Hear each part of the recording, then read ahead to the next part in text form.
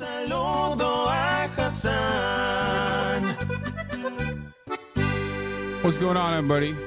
Viva Mexico is how I want to start this day. I'm Hassan Piker, and this is the Hassan broadcast coming to you live from gloomy California, Los Angeles. Folks, is June gloom heavy upon our souls. Folks, this is part of the broadcast where I tell you about my personal news about what's going on in the world of Hassan Piker. And let me tell you, a lot has happened in the world and the universe. For all my parasocialists out there, this is the parasocialist hour, the parasocialist time. Ended the broadcast last night and did the episode of Fear and another banger episode of the books. Hope you guys enjoy it. We put it out there. It's the Pride episode. You guys know it's a important one. We filmed that. Will unfortunately couldn't make it because he was late. His flight got delayed. He couldn't make it.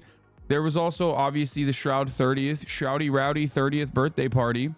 Unfortunately, however, I could not make it to that. Shroudy Rowdy's 30th birthday party, and I could not make it to that. Why? Well, because I'm an old man. I'm older than he is. He's 30. I'm 33. So guess what? When you're 33 years old and you do a podcast till 9 and you've been doing like 2-a-days, working out real crazy like, playing a lot of basketball on concrete, you have to make better decisions. You have to actively make better decisions in your life.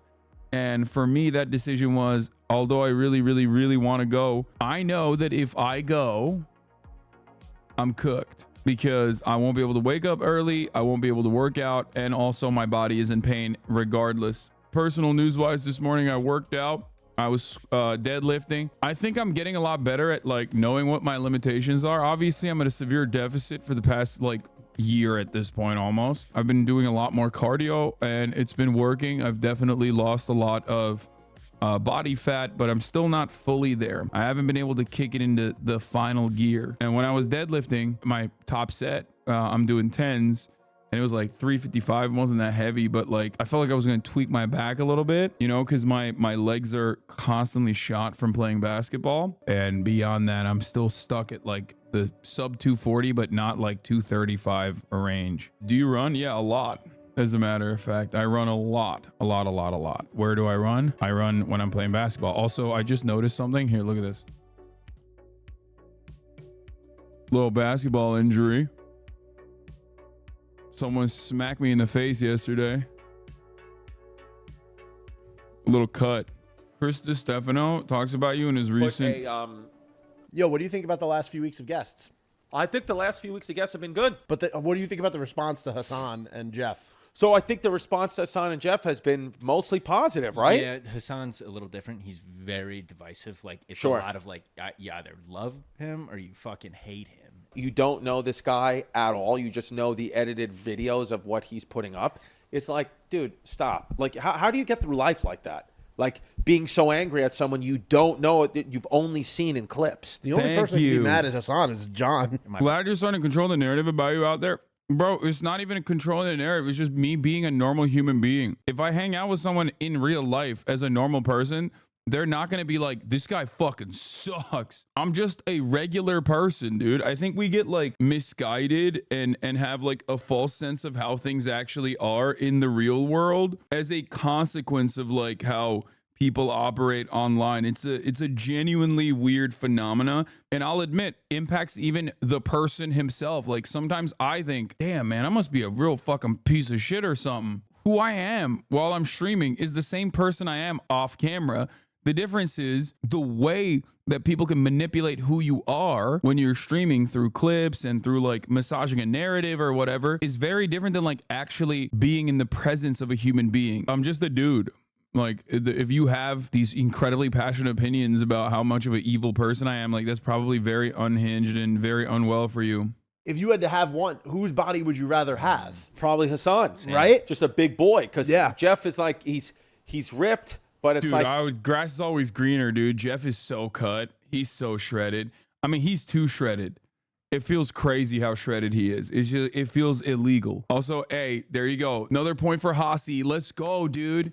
Hasi supremacy in here, okay? Yeah, guess what, Jeff? Your reign is over, son. Anthony, where are they finding these clip videos of Hassan? Most I get are edits of his armpit. Good. That's why you're in here right now. That's why the thirst talks are working. That's my whole point. We do these thirst talks because we flood the marketplace. because there's one thing that the haters can't fucking take away, and that is like the way I look and the way people perceive me. Haters can just like clip anything out of context and be like, oh, he sucks, he's he's stupid, he's wrong, he loves the Russian invasion of Ukraine, he is anti-Semitic, blah blah blah blah blah, like all this shit, right? Like that are just lies, but they can clip it in a way that where they can massage the narrative.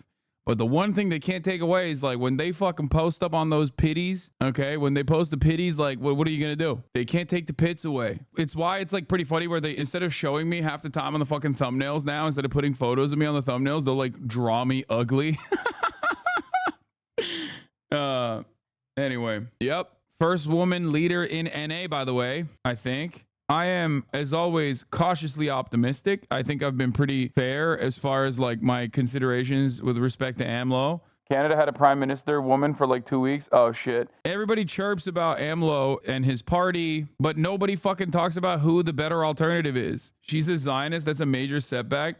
Yeah, you don't know anything about her Israel policies. You're just simply saying she's a Zionist because you saw an account be like, this is a Jew, which she is. She is Jewish. But if she even continued the strategic ambiguity with respect to Israel, it would be a continuation of AMLO's policies and the prior Mexican leadership's policies, as a matter of fact. You have no idea whether she's a Zionist or not. The party itself is literally incredibly critical of Israel, more critical of Israel than AMLO himself. So no, there is no major setback, especially as it pertains to like Mexico's foreign policy on Israel. His party and the administration is literally looking to join the ICJ court case, while AMLO himself has been like, there's very fine people on both sides. Even if you yourself are not anti-Semitic, you're being duped by anti-Semitic accounts. This woman's grandparents are fucking straight up communists.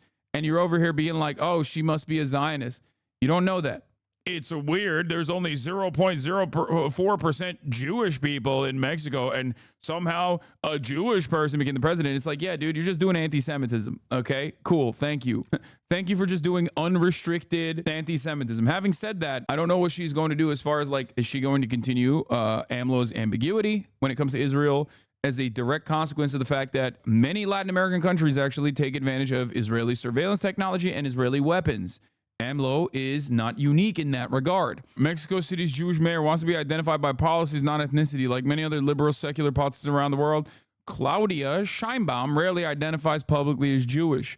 It was during her successful campaign in Mexico City mayor that CLAUDIA Sheinbaum made a reference to her Jewish heritage. Speaking before a group of Jewish women, she says she was proud of those origins. We celebrate all the holidays at my grandparents' house. For Sheinbaum, the capital city's first elected Jewish and female mayor, the reference to her Jewishness was rare. Like many other liberal, secular Jewish politicians around the world, Sheinbaum rarely identifies publicly as Jewish. From what I understand, she was not great as the mayor of Mexico City. I think AMLO, it's very popular. His policies are very popular. He has some weird takes on a lot of issues, but he is the best Mexico has to offer. And it seems to me like CLAUDIA Sheinbaum is going to follow through on that tradition. On the aesthetic front, she hits all the markers. She's a woman. She's a climate scientist. Even on the leftist front, there's a lot of things that AMLO has done, and being AMLO's spiritual successor in that regard is good. Having said that, what's the alternative? Like the fucking small business owner, like the right-wing entrepreneur, the opposition with the interest of like beefing up, the startup culture in Mexico City or some shit? Like, what are we doing? What the fuck is that about? I do personally like that people ride for a person whose like family is historically communist because she's a woman. Like liberals have to do this thing where they just literally have to be like, well, this is great. It's the glass ceiling being broken. Isn't that wonderful? The glass ceiling is being shattered. Meanwhile, like grandparents, straight up fucking Mexican communists, dad communist, from what I understand, is like, it's great. Yeah, this shit was crazy, by the way. Mexican candidate assassinations hit grim record ahead of Sunday's election. 37, bro. Mexico's election is now the bloodiest in its modern history after a candidate running for local office in the central Puebla state was murdered on Friday at a political rally, taking the number of assassinated candidates to 37 ahead of Sunday's vote. The real problem is that Morena is getting control of Senate and Congress. They can make changes in the Constitution now. They have whole control of the country. Well, here's the issue there. That could be a good thing, or it could be a very bad thing.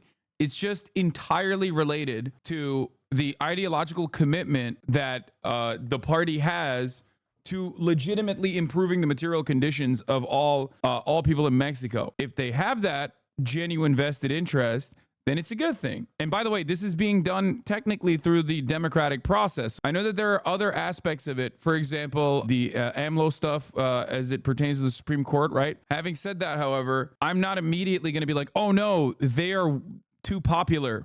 Here's what Giannis said. You should trust no politician, but at the same time, consider everything AMLO did for the poor in Mexico. Claudia is committed to continuing AMLO's policies in favor of those lacking power and wealth, but that does not mean we should not be ready for fair criticism. Yeah, I am going to reserve my judgment for her policies when she does inevitably follow through on them, rather than immediately be like, oh, this is fucking bullshit. Because the reality is that having this popular governing mandate, historically speaking, has actually led to prosperity in the past as well. It has also been incredibly damaging for Latin American countries in the other direction. And what I mean by that is when it's not actually the democratic process that brings someone in the position of power, but a fucking coup d'etat backed by the US state that then go in and create this massive dictatorship. Oftentimes, however, when a incredibly popular, a populist, democratically organized movement that ends up working on solving some of the underlying material inequalities, when they actually have this incredible popular mandate to operate and they demonstrate a commitment to that goal overall, that goal that got them that popularity to fucking begin with, that yields pretty positive outcomes. And it's not just in Latin America either. This has also happened in the United States of America. Who am I referencing here? Obviously, no one in contemporary American history. I'm talking about FDR. We have this capacity to go, oh my God, this is terrifying. What's going on? We have like a complete control of Congress and the presidency, and there's no checks and balances. And it's like, we're kind of, in my opinion, behaving like American liberals who say stuff like they want to do split ticket voting because they want like a Republican Congress with a Democratic president. I'm not necessarily inclined to immediately say, no, it's good to have opposition in all instances. Yeah, this is a real argument. I used to love the metro system in Mexico City until roofs started falling off, trains derailing and crashing more often. This is something I have heard. Overpasses falling on top of pedestrians. Now, that isn't entirely her fault, obviously.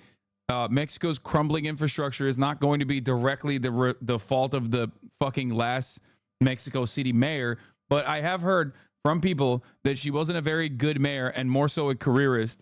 Like, the real thing is, I don't think she's going to do feminism, for example. You know what I mean? Like, a lot of people are like, well, that's a woman in charge now. Like, Mexico's about to be feminist. And I don't personally think that that is going to happen. You know what I mean? Like, I don't think she's going to advance feminist causes. Maybe she will. I don't know. But it's the social issues that I don't think are going to change in Mexico. But I'll take what I can get in terms of like any kind of advancement for the poorest Mexicans. It's all a matter of what will they do with the popular mandate they have. How did they arrive at this popular mandate? Well, it seems like they arrived at it through good policy, or at least comparatively good policy. I wouldn't say it's the best policy, but overall, you know, making the most that they could with the obvious limitations that they have.